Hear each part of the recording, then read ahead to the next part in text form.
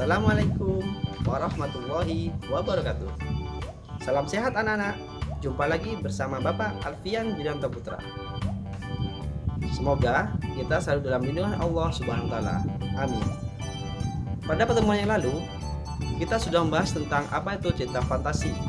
Kemudian sudah dijelaskan juga tentang contoh-contohnya. Adakah yang masih ingat contohnya? Ya, benar, Harry Potter. Ada Harry Potter, ada Frozen, dan sebagainya. Bapak juga salah satu penyuka film Harry Potter. Baik anak-anakku, hari ini kita akan melanjutkan materi tentang cerita fantasi tersebut, yaitu menelaah struktur cerita fantasi. Oleh karena itu, tolong disimak dengan baik ya. Struktur cerita fantasi dibagi menjadi 3. Yang pertama adalah orientasi. Yang kedua, komplikasi. Yang ketiga ada resolusi. Bapak akan jabarkan satu persatu. Dari yang pertama adalah orientasi atau pengenalan.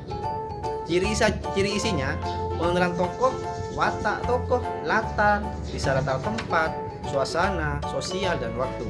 Pada bagian orientasi ini, pembaca telah dapat menemukan jawaban siapa, di mana, kapan suatu cerita itu terjadi.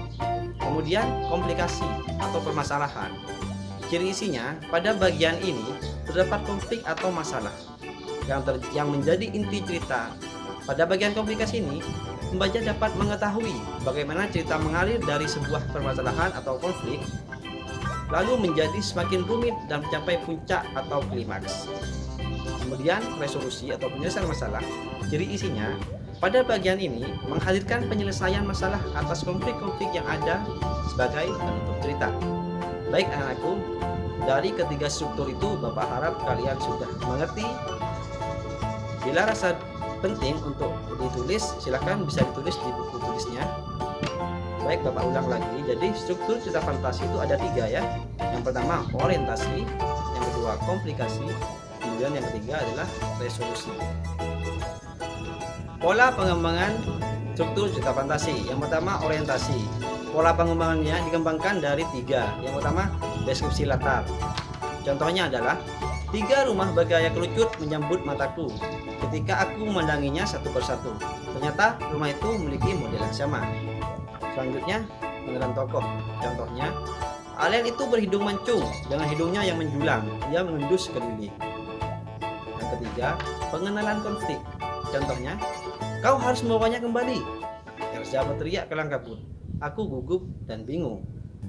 Nah, lanjut ke komplikasi. Dikembangkan dari yang pertama ada 3 juga, menghadirkan tokoh lain. Contoh, tiba-tiba seorang alien yang berukuran lebih besar datang. Yang kedua, mengubah latar. Contohnya, laut yang tadinya tenang dan berwarna biru muda kehijauan bergelombang berbuih. Yang ketiga, melompat pada zaman yang berbeda, masa lampau atau masa depan.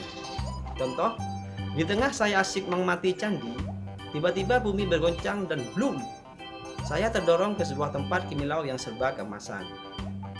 Kemudian yang terakhir, resolusi dikembangkan dari ada 3 juga. Yang pertama, lompatan waktu. Contohnya, 2 tahun kemudian, Sparta telah sampai di galaksi Andromeda dan bertemu dengan Ozzy. Yang kedua, sebab akibat yang unik. Contohnya, setelah saya menyebut semua perilaku yang baik yang pernah saya lakukan, pintu terbuka dan tanpa kuduga saya sudah berada di depan meja belajarku. Yang terakhir, surprise atau kejutan. Contoh, why, Putri Candy menguap. Putri terbangun dari 3 tahun tidur panjangnya. Baik anak-anak, dari situ Bapak harap juga kalian sudah paham semuanya struktur dan pola pengembangannya. Bila ada pertanyaan bisa ditanyakan melalui WA group. Mungkin Bapak rasa cukup dari Bapak.